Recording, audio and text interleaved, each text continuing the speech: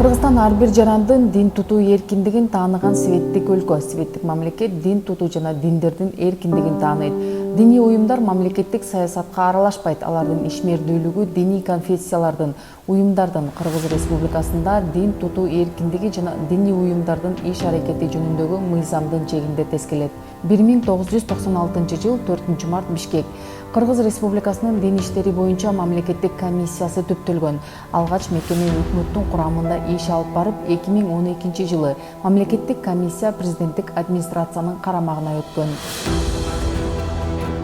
Дин иштери боюнча мамлекеттик комиссия коомдун руханий жана адеп ахлактык негиздерин чыңдоого, чыр-чатактын алдын алууга, ар түрдүү диндер жана конфессиялар ортосундагы өз ара кызматташууну, сабырдуулукту орнотууга багытталган программаларды ишке ашырды. Дин иштери боюнча мамлекеттик комиссия 2014 жылдан 2020 жылга чейин диний чөйрөдөгү мамлекеттик саясаттын концепциясынын негизинде иш алып барды. Анда диний чөйрөдөгү мыйзамдарды, мамлекеттик саясатты, светтик жана дин таанууну жакшыртуу жана диний билим берүүнүн сапатын жогорулатуу камтылган. 2014-20 жылкы концепция бул чынында эле абдан мындай үзүрлүү болду десем болот. Негизги 3 багыты болгон: диний билим берүүнү жакшыртуу, радикализм, экстремизмдин алдын алуу, анан кийин ушу мамлекет тарабынан диний уюмдардын ишмердүүлүгүн жолго салуу. Концепция 2014. Концепция мамлекеттик органдардын ачык позициясынын, жарандык коомдун активдүү катышуусуна байланыштуу, ал дээрлик 80% ишке ашты. Была реализована. Эл аралык уюмдар 2014-2020 жылдары ишке ашырылган концепцияга чоң салым кошкон. Бириккен Улуттар уюмунун Кыргызстандагы агенттиктери тагыраагы өнүктүрүү программасы, Калк фонду, Буунун аялдар фонду, ЮНИСЕФ ар тараптуу колдоо көрсөткөн. Бул президенттин аппараты менен буунун ортосундагы кол коюлган тынчтыкты куруунун приоритеттүү планынын алкагында буунун тынчтыкты куруунун фондунун радикалдаштыруунун алдын алуу жана буу менен кызматташуунун алкагында жүзөгө ашырылды.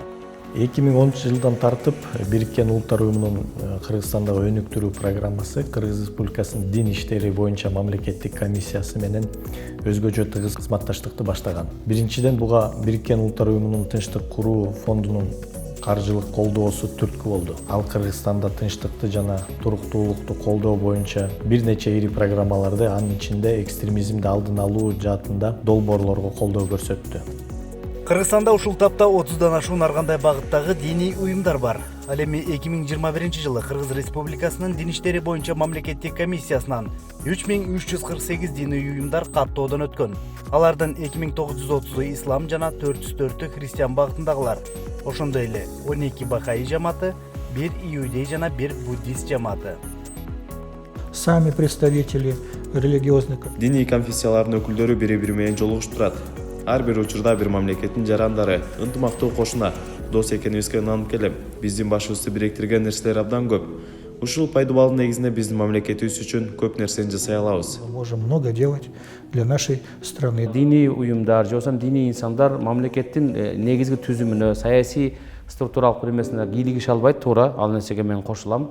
Бирок кайсы бир деңгээлде социалдык жашоого зор салымын кошуш керек да кайсы бир деңгээлде. Бул жаатта мен оюмча Кыргызстан бүгүн башка мамлекеттерге салыштырмалуу абдан эле алдыда. Учурда дин чөйрөсүндөгү мамлекеттик саясатынын концепциясынан 2021-2026 жылдарда аткарыла турган 3-чү долбоор иштелип чыкты. Ал 5 багыттан турат. Биринчи, светтик укуктук принциптерди чыңдоо. Экинчи, мамлекеттик конфессионалдык кызматташууну кеңейтүү. Үчүнчү, диний билим берүү жана дин таануу билимин жакшыртуу. Төртүнчү, маалымат саясаты. Буга ММК, интернетте дин маселесин чагылдыруунун тартиби кирет. Бешинчи, диндин негизиндеги конфликттерди алдын алуу. Ал жерде ушул мамлекеттик конфессионалдык мамилени кеңейтүү коюлду. Көбүнчө азыркы ушу 2026 жылга чейин социалдык жакта деп. Ал жерде ошо муктаж үй бүлөлөргө жардам берүү, мисалы үчүн зомбулуктун алдын алуу, жаштар менен иш алып баруу, ошол биздин коомдагы бир көйгөйлүү маселелердин алдын алуу, же болбосо аларды болтурбоо боюнча иш алып баруу. Мына ошол азыр келерки алдыңкы койгон максаттардын бири. Светтик мамлекет түрдүү диний жамааттардын өкүлдөрүнүн, дин туткандар менен эч кандай динди тутпагандардын кызыкчылыктарын, укуктарын тең салмакта сактай алат.